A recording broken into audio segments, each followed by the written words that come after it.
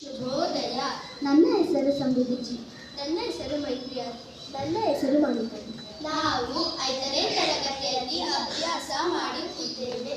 ಇಂದು ನಾವು ಸಂಧಿಗಳ ಪರಿಚಯವನ್ನು ಮಾಡಿಕೊಳ್ಳುತ್ತಿದ್ದೇವೆ. ಎರಡು ಪದಗಳು ಯಾವ ಕಾಲ ವಿಳಂಬವಿಲ್ಲದೆ ಪರಸ್ಪರ ಸೇರುವುದಕ್ಕೆ ಸಂಧಿಗಳು ಎನ್ನುವರು. ಕೂಡುವ ಚಿಹ್ನೆಯ ಮೊದಲು ಬರುವ ಪದವನ್ನು ಪೂರ್ವ ಪದ ಎನ್ನುತ್ತೇವೆ.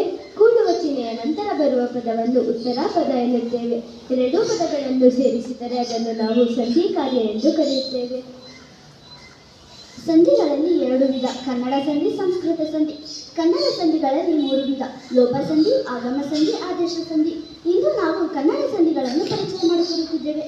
ಲೋಪ ಸಂಧಿ: ಸ್ವರದ ಮುಂದೆ ಸ್ವರವು ಬಂದು ಸಂಧಿಯಾಗುವಾಗ ಪೂರ್ವ ಪದದ ಅಂತ್ಯದಲ್ಲಿರುವ ಸ್ವರವು ಲೋಪವಾಗಿ ಉತ್ತರ ಪದದ ಆದಿಯಲ್ಲಿರುವ ಸ್ವರವು ಪರವಾಗಿ ಬಂದರೆ ಇದನ್ನು ನಾವು ಲೋಪ ಸಂಧಿ ಎಂದು ಕರೆಯುತ್ತೇವೆ. ಉದಾಹರಣೆ: ಮೇಲೆ, ಪ್ಲಸ್ ಇಟ್ಟು, ಮೇಲಿಟ್ಟು. ಆಗಮ ಸಂಧಿ: ಸ್ವರದ ಮುಂದೆ ಸ್ವರ ಬಂದು ಸಂಧಿಯಾಗುವಾಗ ಒಂದು ಅಕ್ಷರ ಆಗಮವಾದರೆ ಅದನ್ನು ಆಗಮ ಸಂಧಿ ಎನ್ನುವರು. ಉದಾಹರಣೆ: ಹೊಲ ಪ್ಲಸ್ ಅನ್ನು, ಹೊಲವನ್ನು. ಇಲ್ಲಿ ವ ಅಕ್ಷರ ಹೊಸದಾಗಿ ಆಗಮವಾಗಿದೆ, ಅದಕ್ಕಾಗಿ ವಕಾರಾಗಮ ಸಂಧಿ ಎಂದು ಕರೆಯುವರು. ಗಡಿಬಿಡಿ ಪ್ಲಸ್ ಇಂದ, ಗಡಿಬಿಡಿಯಿಂದ. ಇಲ್ಲಿ ಯ ಅಕ್ಷರ ಹೊಸದಾಗಿ ಆಗಮವಾಗಿದೆ, ಅದಕ್ಕಾಗಿ ಯಕಾರಾಗಮ ಸಂಧಿ ಎಂದು ಕರೆಯುವರು. ಆದೇಶ ಸಂಧಿ: ಎರಡೂ ಪದಗಳು ಸಂಧಿಯಾಗುವಾಗ ಒಂದು ಅಕ್ಷರದ ಸ್ಥಾನದಲ್ಲಿ ಬೇರೊಂದು ಅಕ್ಷರ ಬಂದರೆ ಅದನ್ನು ಆದೇಶ ಸಂಧಿ ಎಂದು ಕರೆಯುತ್ತೇವೆ. ಇದರಲ್ಲಿ ಉತ್ತರ ಪದದ ಆದಿಯ ಮೊದಲನೇ ಅಕ್ಷರವು ಬದಲಾಗುತ್ತದೆ.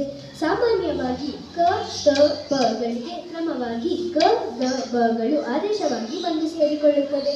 ಉದಾಹರಣೆ: ಕೋಪ ಪ್ಲಸ್ ಕೊಂಡು, ಕೋಪಗೊಂಡು.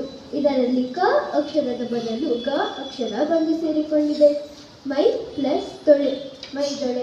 ಇದರಲ್ಲಿ ತ ಅಕ್ಷರದ ಬದಲು ದ ಅಕ್ಷರ ಬಂದು ಸೇರಿಕೊಂಡಿದೆ. ಕಣ್ ಪ್ಲಸ್ ಪಲಿ, ಕಂಬಳಿ. ಇದರಲ್ಲಿ ಪ ಅಕ್ಷರದ ಬದಲು ಬ ಅಕ್ಷರ ಬಂದು ಸೇರಿಕೊಂಡಿದೆ. ಇಂದಿನ ಪ್ರಶ್ನೆಗಳು: ನಗುತ ಪ್ಲಸ್ ಇರಲಿ, ನಗುತ್ತಿರಲಿ. ಇದು ಯಾವ ಸಂಧಿ ಎಂದು ಹೇಳುತ್ತೀರಾ? ಸರಿಯಾದ ಉತ್ತರ ಲೋಪದಲ್ಲಿ, ತುದಿಗಾಲಲ್ಲಿ. ಇದು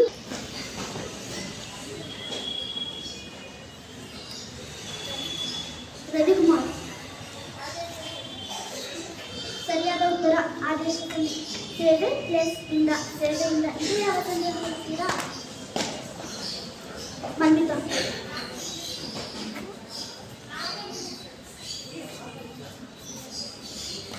ತಪ್ಪು ಉತ್ತರ.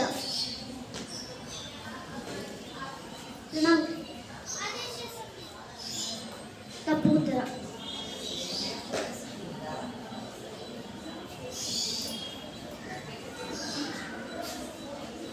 ತಪ್ಪು ಉತ್ತರ. ಯಕಾರಾಗಮ ಸಂಧಿ. ಮಗು ಪ್ಲಸ್ ಇದೆ.